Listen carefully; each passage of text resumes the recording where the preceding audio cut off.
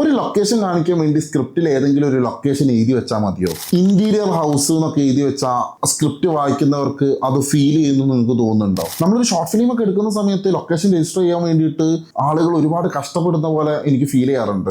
രണ്ട് രീതിയിലാണ് ആളുകൾ അധികവും ഇത് രജിസ്റ്റർ ചെയ്യാൻ ശ്രമിക്കാറ്. ഒന്നെങ്കിൽ ഏതെങ്കിലും ഒരു വലിയ ലോങ് ഷോട്ട് കാണിക്കും, അല്ലെങ്കിൽ വീടിന്റെ പിന്നാമ്പറോ അല്ലെങ്കിൽ മുമ്പാകോ അങ്ങനെ എന്തെങ്കിലും കാണിച്ചു തുടങ്ങും. പക്ഷെ പ്രശ്നം എന്താണെന്ന് വെച്ചാൽ കാണുന്ന ആളുകൾക്ക് ആ ഒരു ലൊക്കേഷൻ മനസ്സിൽ പതിയില്ല. ഈ ലൊക്കേഷൻ എന്തിനാണെന്ന് പോലും അവർക്ക് ഫീൽ ചെയ്യില്ല. അപ്പൊ ഇതേപോലെയുള്ള ഡീറ്റെയിൽസ് കൃത്യമായിട്ട് പഠിക്കാൻ താല്പര്യം ഉണ്ടെന്നുണ്ടെങ്കിൽ ഒന്ന് ഫോളോയും സബ്സ്ക്രൈബും ചെയ്ത് ഇപ്പോൾ തന്നെ വെച്ചോ. ഞാൻ കാര്യത്തിലേക്ക് വരാം. ഇപ്പൊ തുടക്കക്കാരൊക്കെ എഴുതുന്നത് നായകൻ റൂമിൽ ഇരിക്കുന്നു എന്നായിരിക്കും. ആ ഒരു മുറിക്ക് ഒരു പ്രത്യേകതയും ഉണ്ടാവില്ല.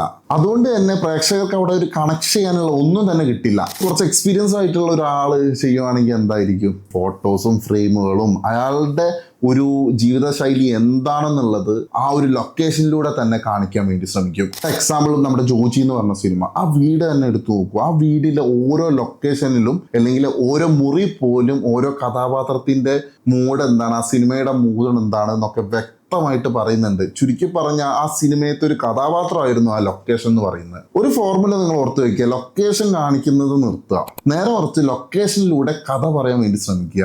അപ്പൊ നിങ്ങൾക്ക് തിരക്കഥയോ ഫിലിം മേക്കിങ്ങോ വല്ലതും പഠിക്കണമെന്നുണ്ടെങ്കിൽ ഞാനൊരു ഓൺലൈൻ പ്രീ റെക്കോർഡഡ് ക്ലാസ് ചെയ്തിട്ടുണ്ട്. അപ്പോഴേ നമ്മുടെ ഫിലിം മേക്കിംഗ് സ്ക്രിപ്റ്റ് റൈറ്റിംഗും ബേസ് ചെയ്തിട്ടുള്ള കോഴ്സിനെ കുറിച്ചിട്ടുള്ള കൂടുതൽ വിവരങ്ങൾക്ക് വേണ്ടിയിട്ട് നിങ്ങൾ ചെയ്യേണ്ടത് നമ്മുടെ വാട്സപ്പ് നമ്പറിൽ കോൺടാക്ട് ചെയ്യുക എന്നുള്ളതാണ്.